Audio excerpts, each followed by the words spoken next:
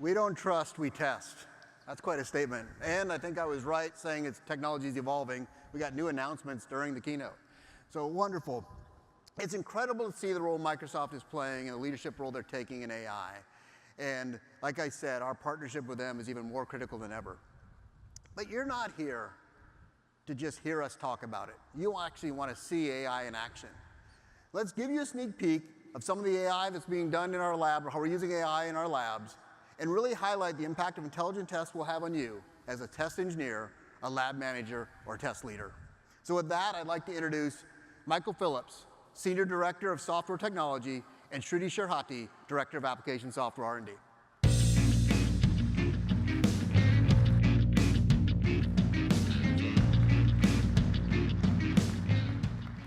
Thanks, Kevin. Really excited to show everyone today what we've been working on in our labs.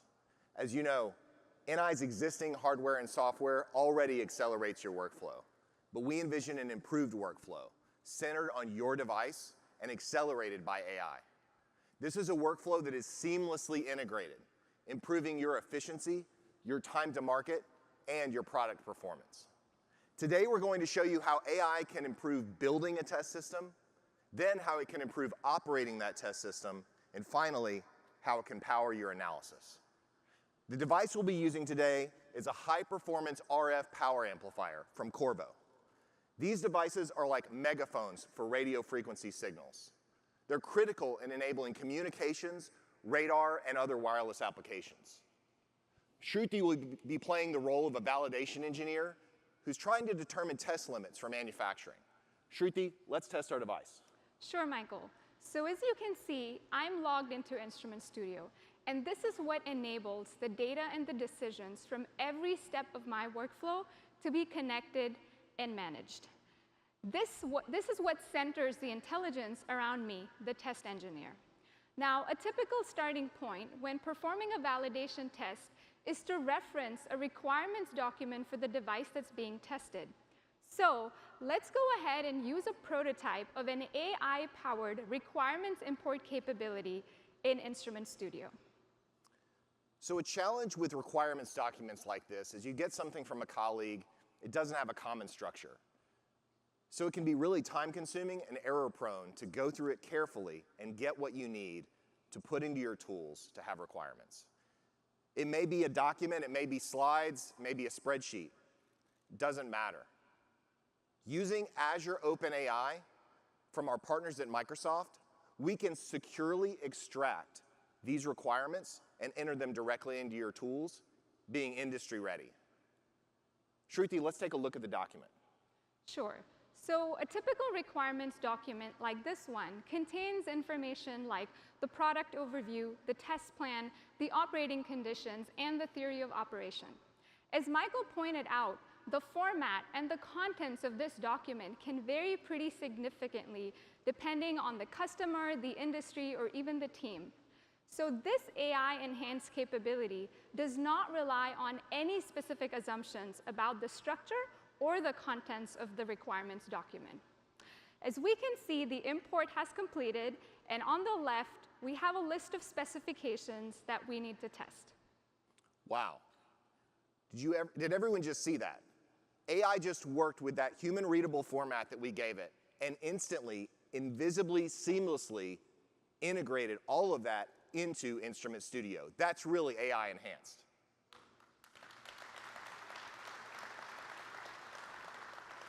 We just read an 8-page PDF, extracted what was important to test, and entered that data into Instrument Studio. Shruti, how long would it take you as a test engineer to do that? So to read through the requirements document and enter all that data would have taken me closer to a day. And that's assuming I didn't make any mistakes or miss important details. Wow, that's amazing. All right, so moving along. As I click on the specification for small signal gain, we can see that the AI was able to correctly understand the operating ranges over which this specification is valid. And this is critical for auto-generation of future test sweeps. Now, keeping me, the test engineer, in the loop here is critical.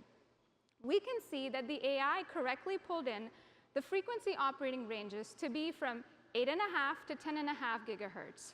I am going to go ahead and extend that to go from 8 to 11 gigahertz, to include a guard band and see how the amplifier responds.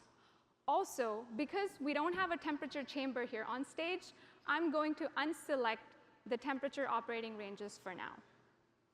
So as you can see, like Kevin said earlier, this is all designed to be expert-led. You can review and edit what we get from the AI at every step of the way. Now, the next step in our flow here is to build a measurement. And the best way to do that is to create a test sequence. As you know, test stand is an incredibly powerful tool for building test sequences. Sometimes all you need is a simple sequence. So what we've done is seamlessly integrate the power of test stand into a simple sequencing capability right here in Instrument Studio. That's right, Michael. Let's use AI to auto-generate a basic test sequence for us right here.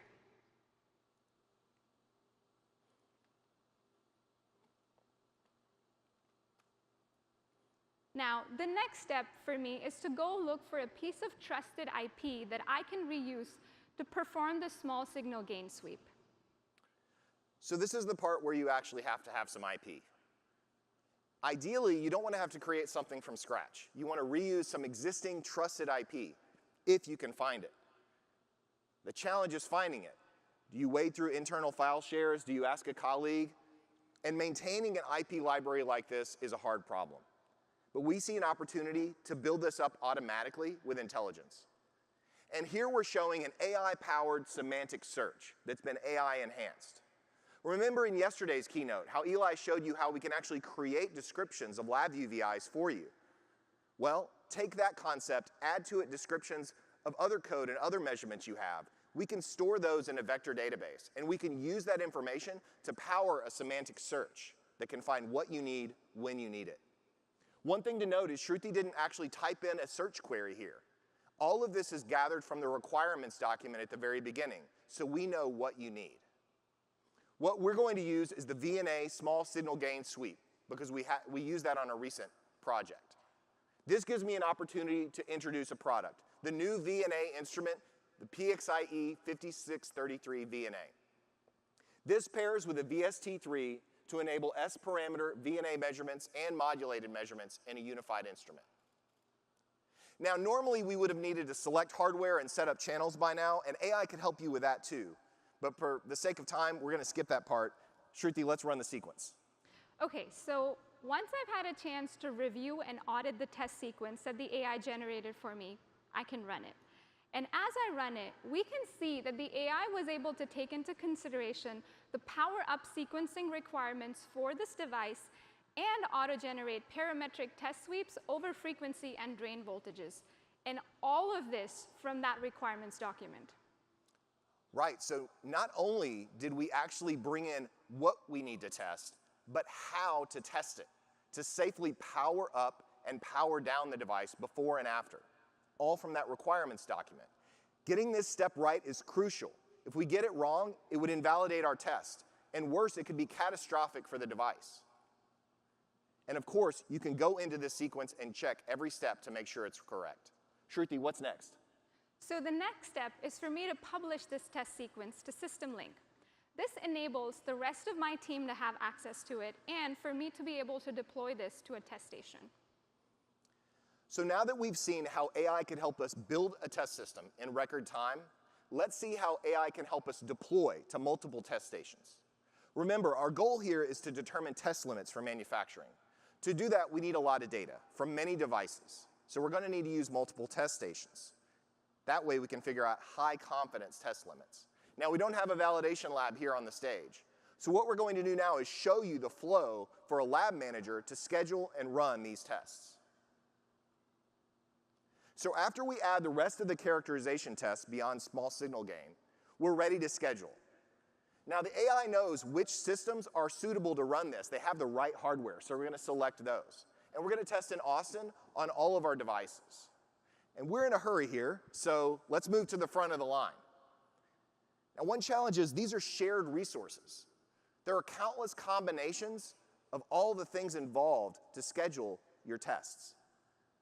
There's the equipment, there's the lab space, there's the operators, and there's the power management. And for all we know, someone called in sick this morning, and we need to have a schedule that optimally uses those resources. This is like solving a jigsaw puzzle with 1 million pieces. This is like finding a needle in a haystack. Michael, I think our audience gets it. But how do we solve this?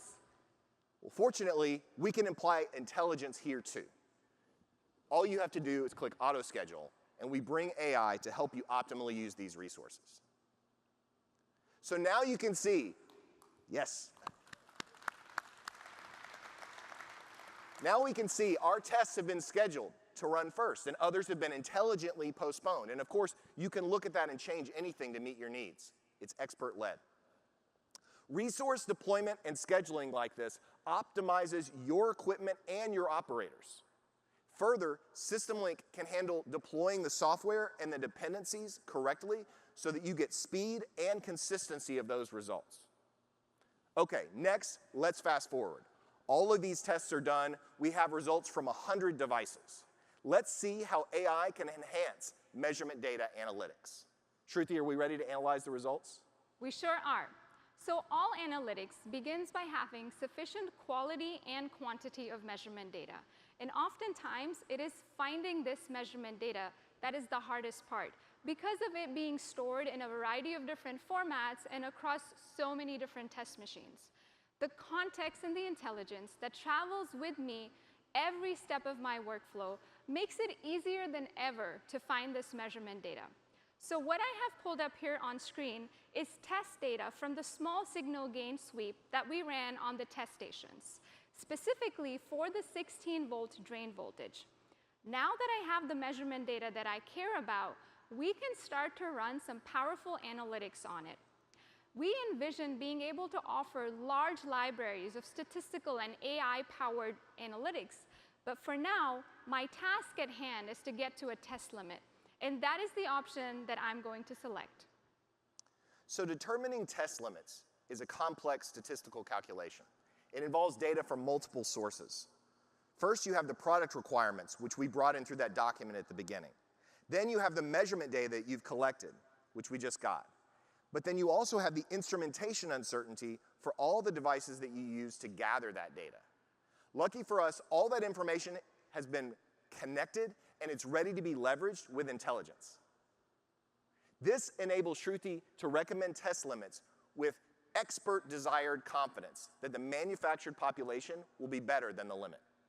That's right, Michael. So starting with my measurement data, I have asked the AI to give me two separate outputs. First, for manufacturing, to ensure I have good yield, I have asked the AI to recommend a test limit that is at least 4 sigma from the mean of my verification data. And second, I have also asked the AI to advise me on where I can safely set my typical published specification. Now, looking at the output that the AI has provided, as a test engineer, I'm likely to go with a more conservative 28 dB for my test limit. However, I am seeing that what the AI is recommending as the typical published spec is slightly lower than marketing's requirement of 33 dB. I wonder if the AI could also help us there. Maybe so. So just to recap this whole process, we started with a requirements document that we got from a colleague. We used that to determine what IP we needed to test, found that IP, and then were able to run a sequence, bringing up and bringing down the device properly, then schedule that to run on multiple test stations on many devices. Then we analyzed the results to determine high confidence test limits. AI accelerated every step of that process. Connecting our tools with information about your workflow and your product to emerging AI capabilities will rapidly improve your efficiency and your insight. This demo, where we accelerated building a test, managing the operations, and performing the analysis, is just a sample of what we're doing in our labs. This is an exciting time in test and measurement. AI is advancing at an incredible pace, rapidly transforming how all of us work. And we're ready to partner with you to unlock the potential of intelligent test. Thank you.